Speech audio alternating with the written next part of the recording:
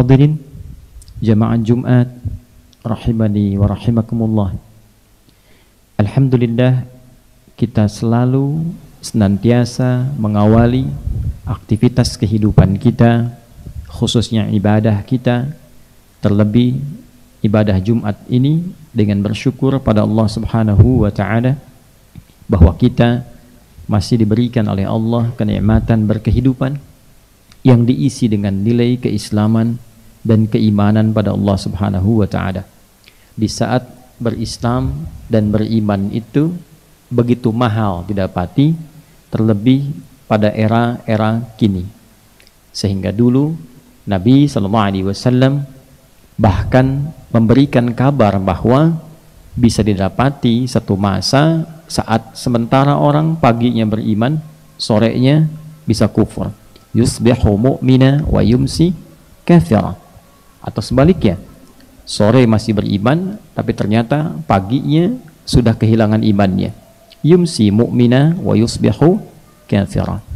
Untuk itulah Allah Subhanahu wa ta'ala memerintahkan kepada Nabi Muhammad SAW untuk mengajarkan pada setiap umatnya agar konsisten memelihara iman itu, agar konsisten merawat iman itu dengan beragam petunjuk yang Allah telah turunkan kepada Nabi Muhammad SAW untuk disampaikan kepada umatnya dan dijelaskan dengan indah apa manfaat dari konsistensi menjaga iman itu.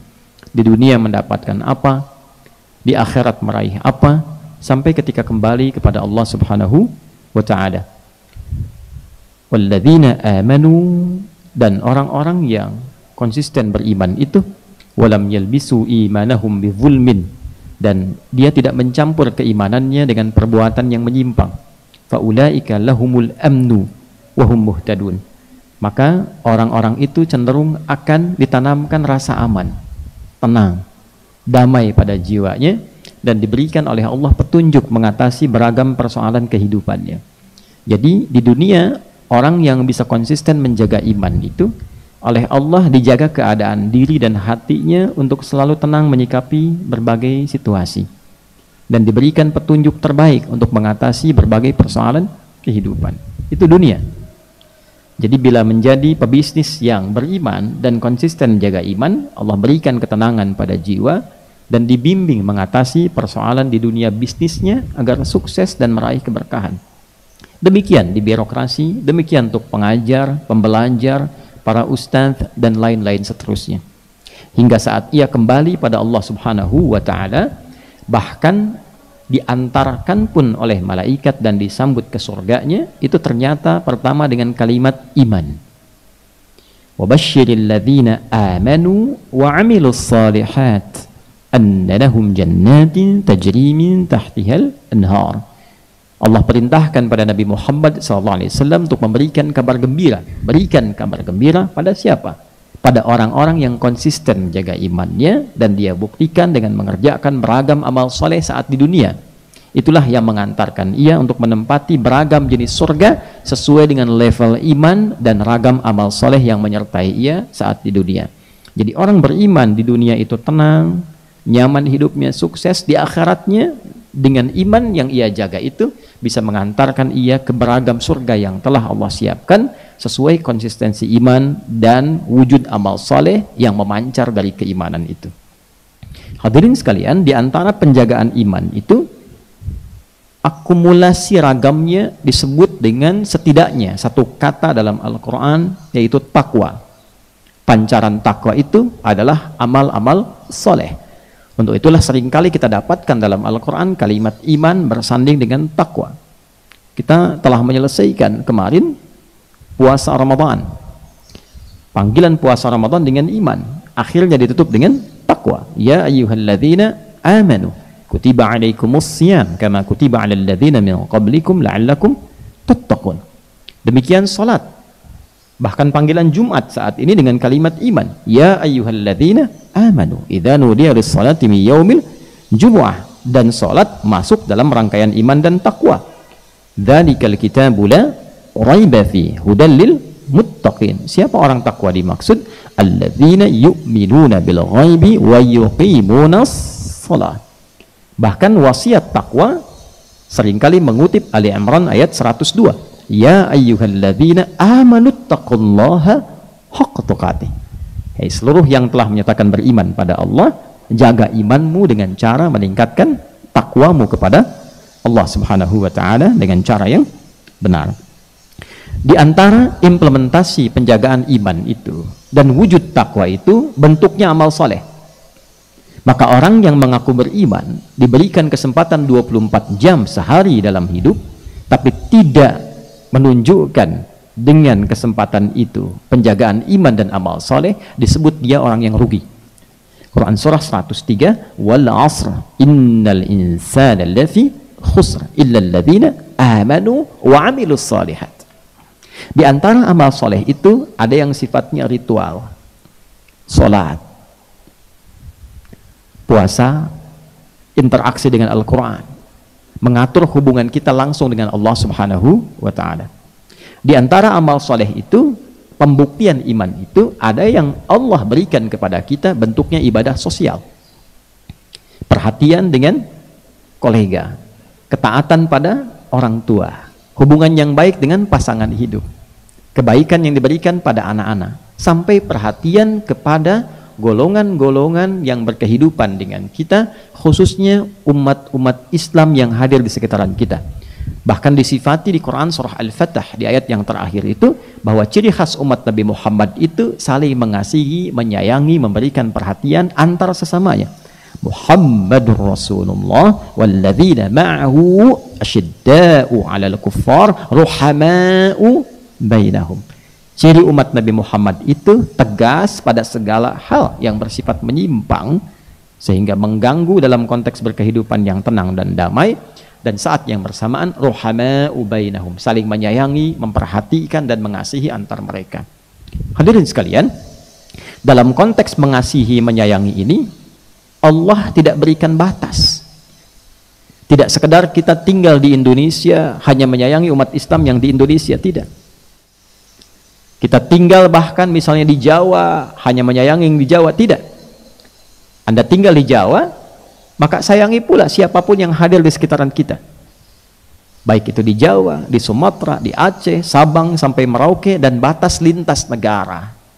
Apakah dia di Afrika, di Amerika, di Eropa, di dunia Arab misalnya, sepanjang mereka itu muslim, maka berlaku sifat ruhama'u bainahum, saling mengasihi, menyayangi, memperhatikan, merasakan sebagai bagian dari satu tubuh.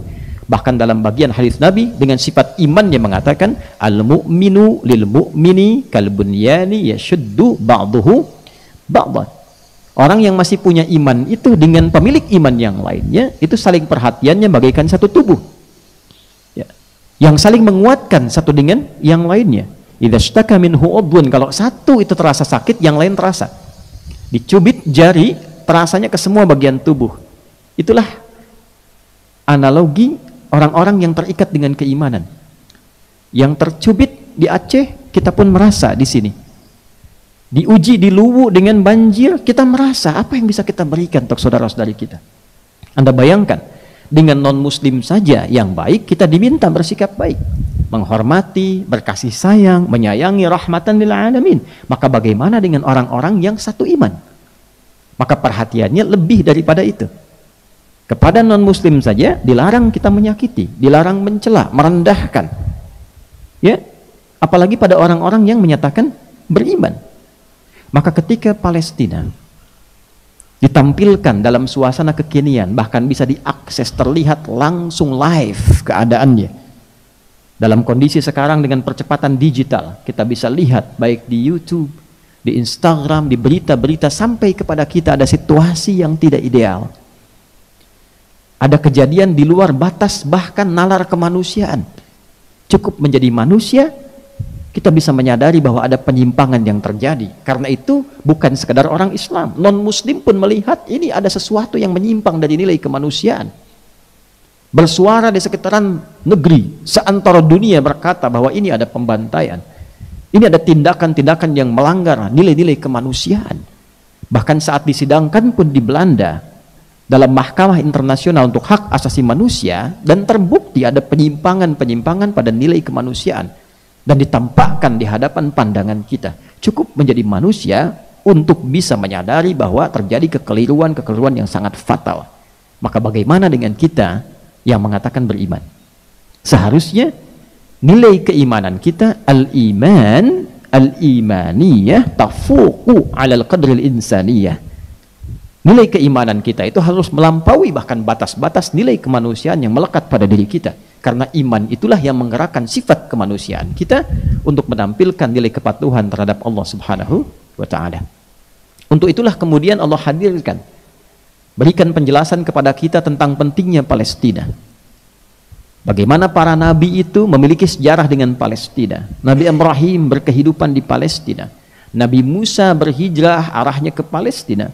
Nabi Isa alaihissalam lahirnya di Palestina. Nabi Daud alaihissalam, Nabi Sulaiman alaihissalam berkehidupan hidupnya di Palestina. Nabi Lut alaihissalam ketika diselamatkan hijrahnya diberangkatkan ke Palestina. Nabi Muhammad sallallahu alaihi wasallam ketika diisrakan, Isra'nya menuju Masjidil Aqsa yang terletak di Palestina. Bahkan diabadikan dalam pembuka surahnya, surah Al-Isra, dengan namanya.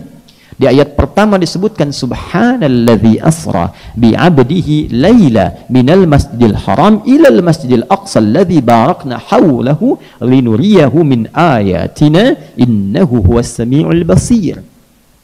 Masjidil Aqsa dan wilayah sekitarannya yang diberikan keberkahan oleh Allah, Palestina. Karena itu sesungguhnya bicara Palestina bukan bicara tentang masyarakat rakyat Palestina saja, bukan. Levelnya sudah pembicaraan global, pembicaraan dunia, penduduk bumi. Jadi kalau sudah bicara tentang Palestina, itu menjadi bagian dari sentral kehidupan global. Semua akan terlibat.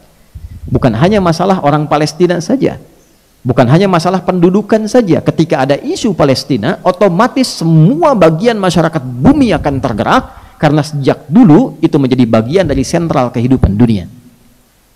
Untuk itulah kemudian Nabi sampai memberikan isyarat kepada kita supaya tidak lepas dari isu-isu Palestina ini, sampai melekatkan keutamaan sholat di Masjidil Aqsa dengan dua masjid lainnya. Kita mengaji Al-Bukhari misalnya, Al-Bukhari nomor hadis 1864 dari Abu Sa'id Al-Khudri ketika menyampaikan riwayat dari Nabi SAW yang mengatakan, atau kama qala Rasulullah SAW, la tushaddu rihalu illa ila thalathati masajid. Kalau Anda berkeinginan kuat untuk melakukan rihlah, kunjungan, maka jangan kuatkan tekad itu kecuali menjadi prioritas pada 3 masjid utama: Al-Masjidil Haram, wa Masjidi Hadza, wa Masjidil Aqsa. Masjidil Haram yang di Makkah, Masjid Nabi di Madinah, Al-Madinah Al-Munawwarah, dan Masjidil Aqsa di mana? Di Palestina. Saking tingginya keberkahan, nilai kebaikan dan hikmah yang bisa kita dapatkan di balik hal-hal yang telah Nabi SAW sampaikan. Sangat penting. Bahkan pergantian era tidak lepas dari isu Palestina. Salahuddin Al-Ayyubi terkait dengan Palestina. Muhammad Al-Fatih terkait dengan Palestina. Kejadian-kejadian kini terkait dengan Palestina. Dan ke depan pun semua pergerakan-pergerakan di dunia, di antara persoalannya, selain persoalan minyak dan gas dan terkait dengan aspek-aspek tersebut, juga salah satunya akan mengacu tentang isu Palestina. Untuk itulah kita sebagai seorang muslim, insan beriman, termasuk warga dunia, bertanggung jawab untuk memikirkan, bertanggung jawab untuk bisa menyimak, bertanggung jawab untuk memperhatikan segala hal yang terkait dengan Palestina. Selain tanggung jawab kita melihat segala aspek yang terkait di tempat kita tinggal, bukan berarti kita melupakan tentang daerah-daerah di negeri kita. Kita mencintai semua bagian warga negara Indonesia. Kita perhatikan yang terjadi di Luwu misalnya, Sulawesi. Kita perhatikan yang terjadi misalnya di Merapi. Perhatikan musibah di tempat mana, kita bergandengan tangan, bersatu membantu. Tapi bukan berarti kemudian kita diam tentang Palestina. Karena panggilan iman melekat di dalamnya. Panggilan sebagai manusia melekat di dalamnya. Untuk itulah hadirin sekalian, seharusnya cukup dengan iman kita saja ketika kejadian di Rafah saat ini nampak dihadirkan. Tinggal di Gaza dipaksa keluar, ke tepi barat dipaksa keluar, kemudian mengungsi di Rafah dalam kondisi bantuan sulit untuk masuk pun kemudian diminta lagi untuk pindah kemana lagi? Dan dunia hanya bisa menatap dengan kejadian pembantaian, pembunuhan, genocide. Di mana iman kita? Di mana iman kita? Dan mirisnya, ironisnya, saat bersamaan sebagian umat Islam sibuk bergelut, sibuk bahkan berselisih, bertikai pada hal-hal kecil yang tidak produktif, berdebat pada sesuatu yang sudah tuntas. Ulama menyampaikan hukum A begini, hukum B begini, selesai dari sejak dulu. Diperdebatkan, ribut satu dengan yang lainnya sampai saling merendahkan, menjatuhkan, lupa dengan sesuatu yang besar. Bahwa ada saudara kita yang menangis, bayi-bayi yang jadi korban pembunuhan, korban pembantaian. Bahkan doa pun sulit untuk mengalir. Bahkan sekedar doa. Untuk itulah hadirin sekalian, terkadang ditampilkan oleh Allah kejadian sekitaran kita untuk memberikan satu pertanyaan besar pada diri kita. Kemana iman kita? Masih benarkah klaim kita mengatakan saya orang Islam, saya orang yang beriman, iman saya mengacu pada Quran dan Sunnah. Quran Sunnah mana yang Anda pelajari? Yang bila dengan itu justru tidak membangkitkan keimanan kita untuk mendekat kepada Allah. Apakah menjatuhkan orang, memperbanyak celaan, memperbanyak pertikaian, itu bagian dari Quran dan Sunnah? Saat orang itu saling mencela, datang ayat maka menjadikan orang-orang itu saling mencinta. Saat orang saling memukul, datang ayat dijelaskan lewat hadis, maka berubah orang saling merangkul. Berubah orang saling bersatu. Jadi ketika Anda memahami Quran dan Sunnah dan dengan itu berdalil bersandar untuk menggunakan sifat-sifat yang tercela, menjatuhkan, mencela, dan seterusnya, maka setidaknya ada hal yang ironi dalam kehidupan ini yang patut dipertanyakan. Banyak hal besar yang harus kita pikirkan. Banyak peningkatan amal soleh yang harus kita lakukan. Demi itulah kemudian kita hidup dan menyiapkan bekal kembali kepada Allah Subhanahu wa Ta'ala. Untuk itu hadirin sekalian, di Jumat yang singkat ini secara tegas Khatib ingin menyampaikan, mari perbaiki diri kita untuk selalu mendekatkan diri kita kepada Allah Subhanahu wa Ta'ala dengan cara yang baik. Tingkatkan keilmuan wawasan kita, sehingga dengan itu kita bisa nyaman beribadah dan bersikap dengan bijak dan baik. Dan lebih di atas itu, ada hal-hal besar yang mesti menjadi perhatian kita semua, yang dengan itu keimanan kita diuji oleh Allah Subhanahu wa Ta'ala. Jangan lupakan Palestina, lekatkan setidaknya yang bisa membantu dengan doa, yang bisa membantu dengan perhatian, berikan perhatian. Alhamdulillah, alhamdulillah, harus sesuai sifatnya, harus proporsional. Sekali lagi alhamdulillah, negara kita, pemerintah kita, negara Kesatuan Republik Indonesia konsisten membela Palestina, konsisten mendorong kemerdekaan Palestina, konsisten di garda terdepan, bahkan di forum terhormat PBB untuk menyuarakan menjadi pionir demi Palestina.